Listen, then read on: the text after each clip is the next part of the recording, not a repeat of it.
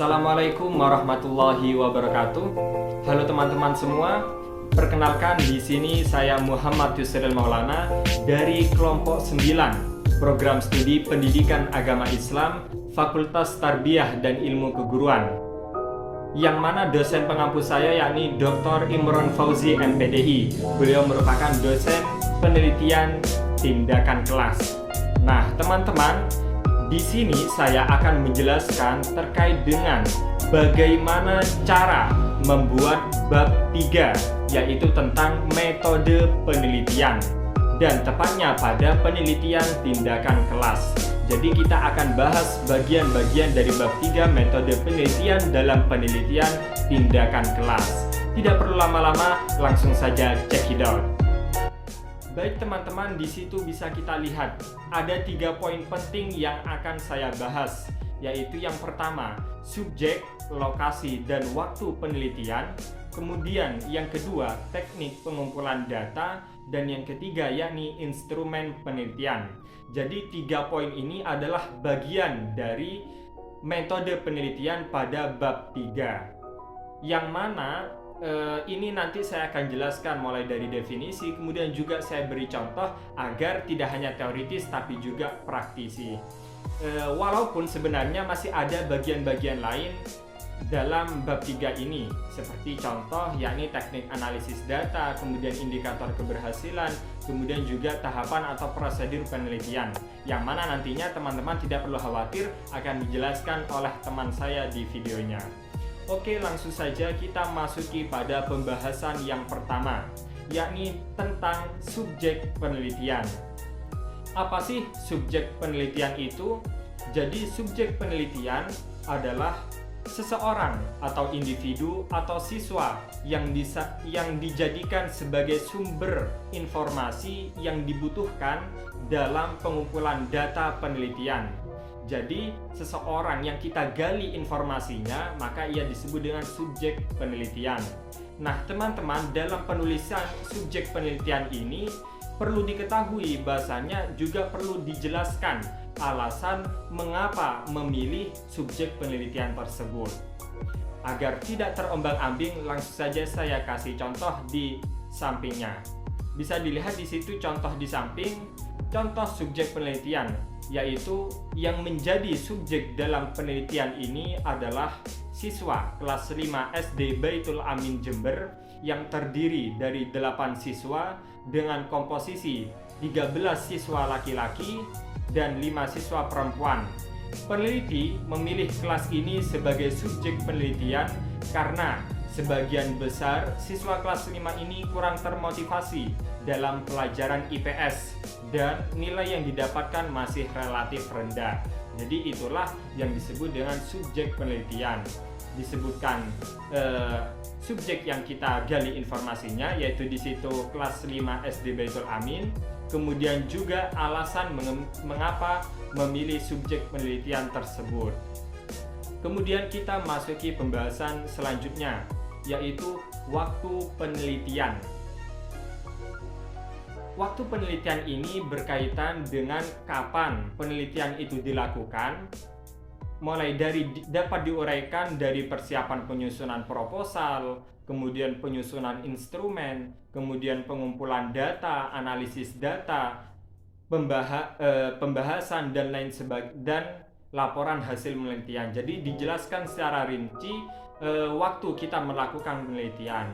Bisa kita lihat contoh di sampingnya, yaitu di situ ada tabel terkait dengan alokasi waktu penelitian, mulai dari menyusun proposal PTK, kemudian menyusun instrumen penelitian, kemudian pengumpulan data dengan melakukan tindakan siklus 1, siklus 2, kemudian analisis data, kemudian pembahasan atau diskusi, dan yang terakhir menyusun laporan hasil penelitian. Jadi dijelaskan secara rentet terkait dengan rentetan waktu kita melakukan penelitian. Nah ini kondisional, tergantung kita melakukan penelitian yang kita lakukan. Kemudian memasuki bahasan yang ketiga, yakni lokasi penelitian. Jadi namanya aja lokasi pasti berkaitan dengan di mana penelitian itu dilakukan, sekolah mana, kelas mana, dan lain sebagainya. Dan juga jangan lupa teman-teman, beri alasan mengapa penelitian itu dilakukan di tempat itu. Contohnya bagaimana, Kak?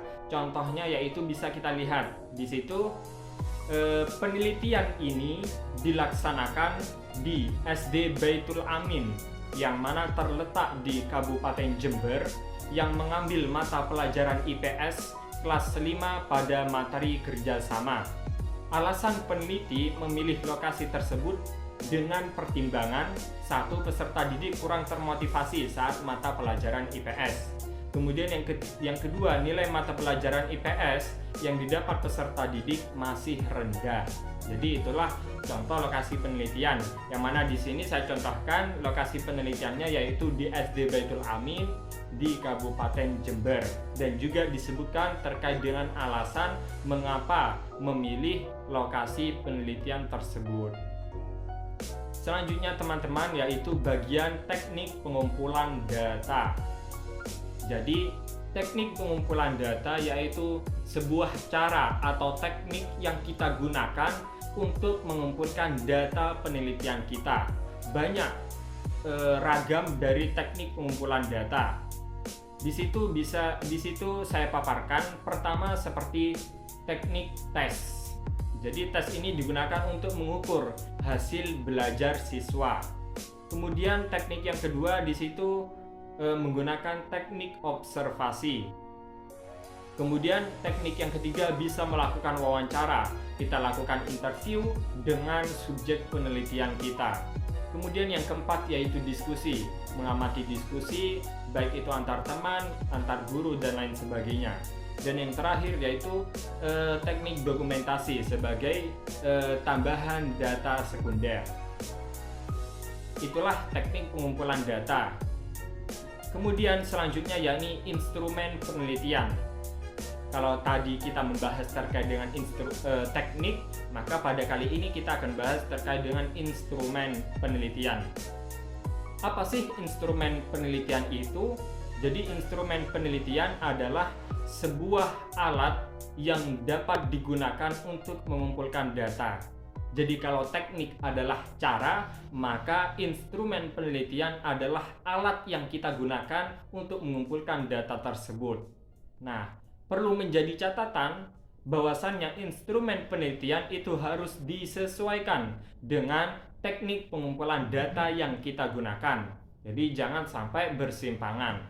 Contoh dari instrumen penelitian yaitu seperti kuesioner, kemudian angket, kemudian pedoman wawancara, kemudian paduan observasi, kemudian checklist, lembar pengamatan, soal tes, dan lain sebagainya. Nah, contoh-contoh instrumen ini pastinya harus disesuaikan dengan teknik pengumpulan data yang kita lakukan. Misal kita ingin menggunakan teknik berupa tes, maka kita menggunakan soal-soal butiran tes. Kemudian misal kita ingin berupa observasi, maka kita harus menggunakan instrumen yaitu panduan observasi. Kemudian juga misal kita ingin melakukan interview, maka kita harus menggunakan instrumen pedoman wawancara. Jadi sesuai antara teknik dengan instrumen penelitian. Oke, baik.